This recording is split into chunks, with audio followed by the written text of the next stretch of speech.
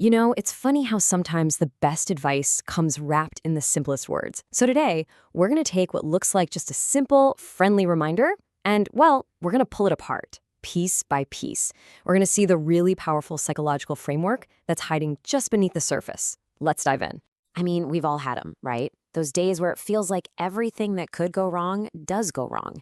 You end up feeling totally drained, maybe a little frustrated, and the biggest question is, how do you stop all that negativity from ruining your evening and your sleep and then bleeding into the next day? So here it is. This is the sentence we're going to unpack. Now, at first glance, that just sounds really nice, right? Super calming. But here's the cool part. If you look a little closer, this isn't just a nice thought.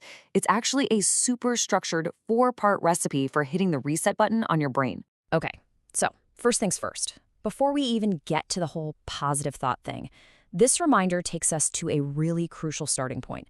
And that's just admitting that, yeah, the day was tough. And what I find so fascinating here is where this phrase shows up. It doesn't start with this. It's kind of tucked in the middle. It's not dismissing the struggle at all. Instead, it gives a nod to it. It validates your experience without letting that hardship get the final say. So why start there? Why is that so important? I mean, wouldn't it be easier to just say, hey, think happy thoughts? Well, because that whole just be positive thing, when you ignore the bad stuff, it just doesn't work. By saying, okay, that was hard, we're not wallowing in it. We're just being honest with ourselves. And that's really the key, isn't it? You just can't let go of something if you're pretending you're not holding it in the first place.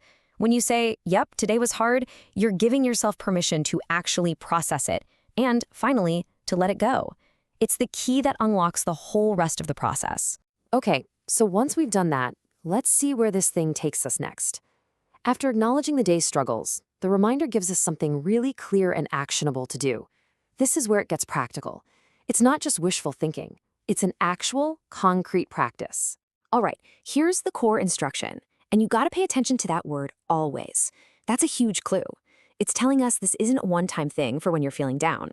This is a consistent ritual, a deliberate choice you make every single night. It turns a simple thought into a really powerful habit. So let's break that little ritual down into simple steps. First, you just recognize the day is over. Close the book on it.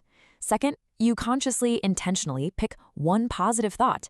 And this doesn't have to be some huge life-changing thing, It could be that you had a great cup of coffee or a friend sent you a funny text. And in doing that, in choosing that one good thing, you are actively releasing the weight of everything else. Okay, so we've acknowledged the tough stuff from the day. We've done our little nightly practice. And now the reminder pivots. It shifts our geese forward and it offers us the reward for doing the work. And this right here, this is the payoff. This is that shot of hope we all need. It completely reframes tomorrow. It's not just going to be more of the same. No, it's a blank canvas. It's a fresh start, and it is packed with potential for something better. That's what you earn for doing the nightly practice. And this little comparison just nails that mental shift, doesn't it? On one side, you've got today. It's over. It's done. It's something you can release. But on the other side, you've got tomorrow. A fresh start, full of possibilities, something to actually look forward to. That simple change in perspective before you fall asleep is incredibly powerful, but it's not done yet. And this is a really clever part. The reminder doesn't just leave us floating on a cloud of future hope. It brings us right back to this very moment with one final grounding phrase. Yep, just 2 words. But in this little formula we've been breaking down, they do something really, really important. They're like the final punctuation mark on the whole exercise. So no matter what this phrase means in a bigger context, right here, in this specific reminder, it works as an anchor. It's like hitting the save button on your mental reset. It's that quiet moment of intention that just says, okay, I've done the work, I'm at peace, and now I'm ready to rest. So let's just recap what we've uncovered. This seemingly simple sentence, well, it first acknowledges the hard stuff, validates our feelings. Then it gives us a real concrete practice to do. Next, it shifts our focus to a hopeful future. And finally, it grounds us in the present with a little anchor. Honestly, it's kind of a perfect little psychological toolkit, packed into one friendly reminder.